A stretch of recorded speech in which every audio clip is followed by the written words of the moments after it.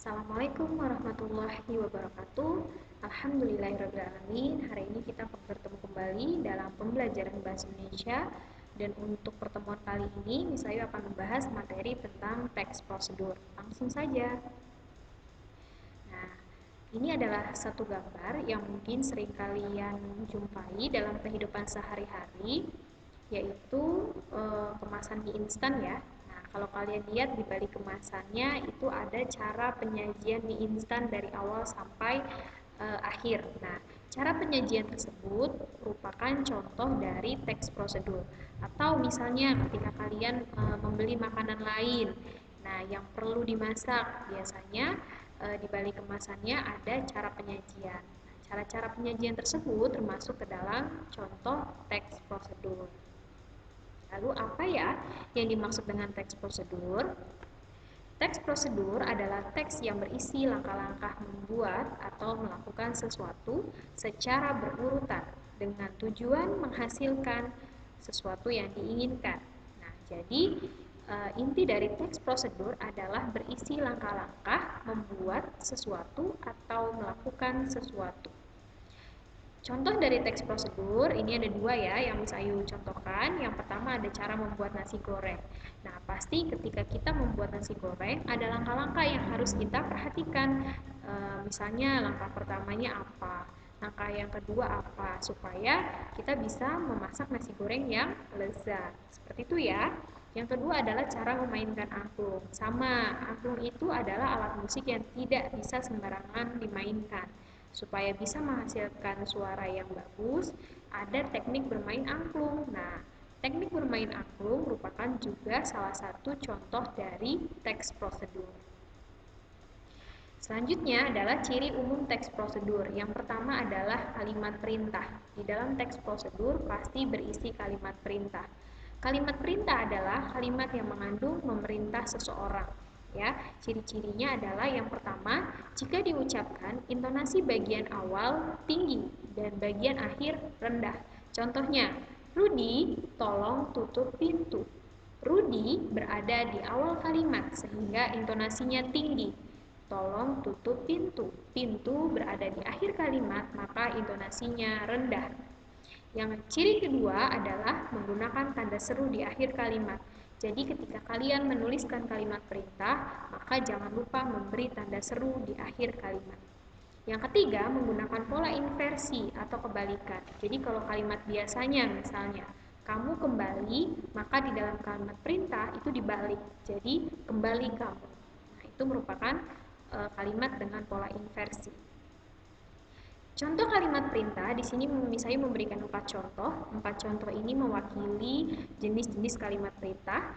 Jenis kalimat perintah yang pertama adalah kalimat perintah biasa. Contohnya, masukkan air ke dalam panci. Kalimat perintah yang kedua adalah kalimat perintah ajakan. Biasanya kalau ajakan, kata kuncinya itu pakai kata mari atau ayo. Contohnya, mari kita coba memasak nasi goreng ini. Itu perintah ajakan. Yang ketiga, perintah larangan. Kalau larangan biasanya menggunakan kata jangan, tidak boleh, atau dilarang. Contohnya, jangan menggoreng ikan dengan api besar. Yang keempat, perintah saran. Biasanya ini berisi saran. Sebaiknya beri tisu saat meneriskan ayam yang sudah digoreng. Nah, itu merupakan keempat contoh dari teks perintah atau kalimat perintah. Ciri yang kedua adalah menggunakan kalimat saran. Kalimat saran adalah kalimat yang berisi saran. Ciri-cirinya, kalimat saran itu harus berisi kalimat yang sopan, supaya tidak menyinggung perasaan orang lain atau orang lain tidak merasa diperintah atau disuruh. Contohnya, sebaiknya jangan memanaskan sayur berulang-ulang. Itu merupakan contoh kalimat saran. Yang ketiga adalah kalimat larangan. Kalimat larangan adalah kalimat yang digunakan untuk menyampaikan larangan. Ciri-cirinya biasanya menggunakan kata-kata negatif atau penolakan seperti jangan, tidak boleh, atau dilarang. Contoh dari kalimat larangan adalah jangan gunakan tangan kanan untuk memegang angklung. Nah, itu merupakan contoh dari kalimat larangan. Jenis teks prosedur itu ada dua. Yang pertama membuat sesuatu, yang kedua adalah melakukan sesuatu. Contoh dari teks membuat sesuatu itu pasti menghasilkan sesuatu, ada produknya, ya. Contohnya adalah membuat nasi goreng. Yang kedua membuat teh manis, yang ketiga membuat pizza. Nah, dari ketiga contoh ini pasti menghasilkan sesuatu. Ketika kita membuat nasi goreng, pasti ada nasi gorengnya. Ketika kita membuat teh manis, maka akan jadi teh manisnya. Seperti itu ya. Jadi itu yang membuat sesuatu. Yang kedua adalah melakukan sesuatu. Biasanya ini beraktivitas ya. Contohnya adalah cara bermain angklung, cara membuat SIM B, atau cara mengaplikasikan Google Form. Nah, biasanya kan di situ ada langkah-langkahnya ya. Ketika kalian menggunakan Google Form, langkah pertama harus apa, langkah kedua harus apa. Nah, itu termasuk ke dalam teks prosedur melakukan sesuatu. Lanjut kepada struktur teks prosedur. Kalau berbicara teks, maka kita akan selalu berbicara dengan struktur. Struktur itu adalah bagian-bagian pada teks. Nah, struktur teks prosedur itu ada 4. Yang pertama, tujuan. Tujuan itu adalah berisi tentang hasil akhir yang ingin dicapai. Contoh, Miss Ayu ingin membuat teks prosedur tentang cara membuat es teh manis, maka tujuannya adalah cara membuat es teh manis. Yang kedua adalah alat dan bahan, berisi penjelasan tentang bahan, alat atau material lainnya yang diperlukan dalam membuat atau melakukan sesuatu. Kalau teks prosedurnya adalah cara membuat es teh manis, maka alat yang diperlukan 1 gelas, 2 sendok. Bahan yang diperlukan adalah misal 200 ml air, 2 sendok gula pasir, dan 1 buah teh. Itu alat dan bahan. Yang ketiga adalah langkah-langkah, berisi penjelasan secara runtut langkah yang diperlukan dalam membuat sesuatu. Berarti langkah-langkah dalam membuat es teh manis, yang pertama siapkan gelas dan sendok. Langkah kedua adalah masukkan gula dan teh. Langkah ketiga, beri air panas sebanyak 50 ml. Langkah keempat, aduk teh hingga pekat. Dan yang kelima, teh manis siap disajikan. Nah, itu merupakan langkah-langkah. Terakhir, berisi penutup, yaitu berisi tentang ucapan selamat mencoba dan penekanan pada keuntungan dalam menerapkan prosedur-prosedur tersebut. Nah, kalimat penutupnya bisa kalian isi dengan selamat mencoba, atau misalnya es teh manis siap untuk dinikmati. Nah, itu merupakan bagian dari penutup. Nah, ini ada contoh dari struktur teks prosedur. Teks prosedurnya adalah cara membuat nasi goreng. Berarti judulnya, tujuannya, ini ya tujuan ya. Tujuannya adalah cara membuat nasi goreng. Tadi bagian yang pertama ya, bisa judul atau tujuan. Tujuannya itu adalah judul, cara membuat nasi goreng. Yang kedua adalah alat dan bahan. Di sini bahan-bahan untuk membuat nasi goreng ada 9 ya.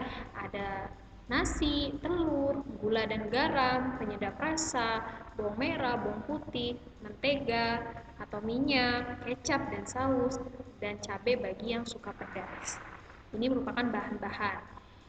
Selanjutnya ada alat. Nah, ketika kita membuat nasi goreng, alat yang diperlukan kompor, wajan, spatula, piring, itu alat-alatnya. Lalu struktur yang ketiga adalah langkah-langkah.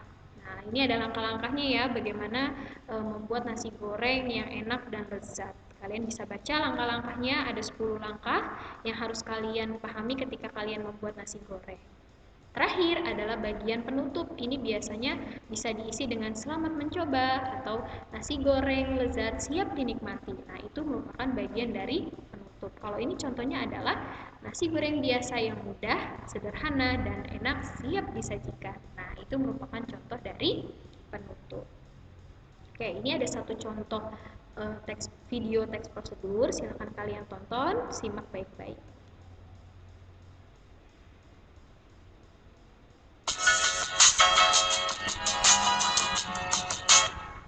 Assalamualaikum warahmatullahi wabarakatuh.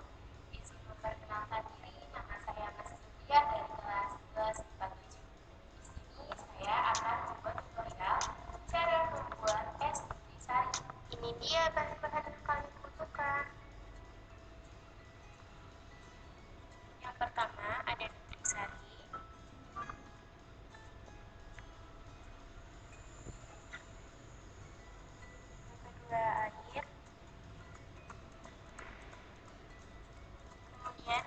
secukupnya. 1 buah sendok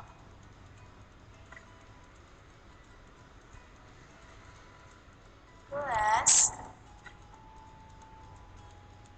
dan jeruk nipis, ini hanya tambahan.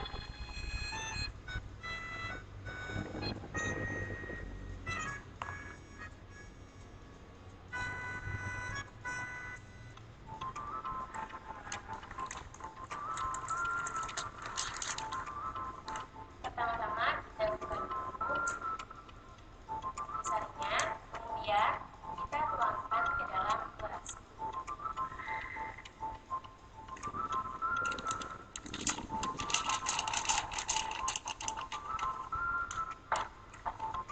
Setelah itu, masukkan air,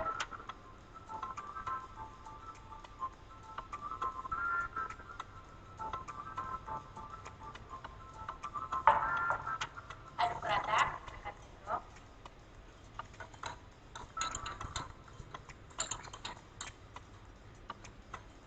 Setelah tercampur rata, langsung saja kita masukkan es batunya. Sesuai selera ya.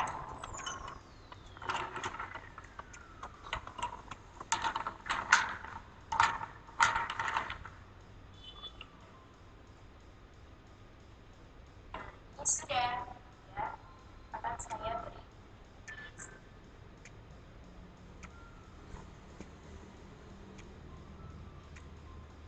Ya, ini sudah jadi es sarinya.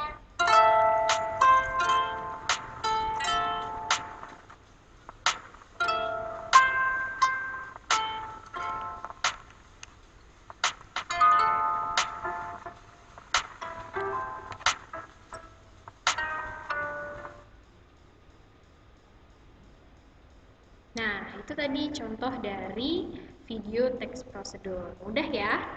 Oke, berlanjut ke tugas kalian untuk pekan ini.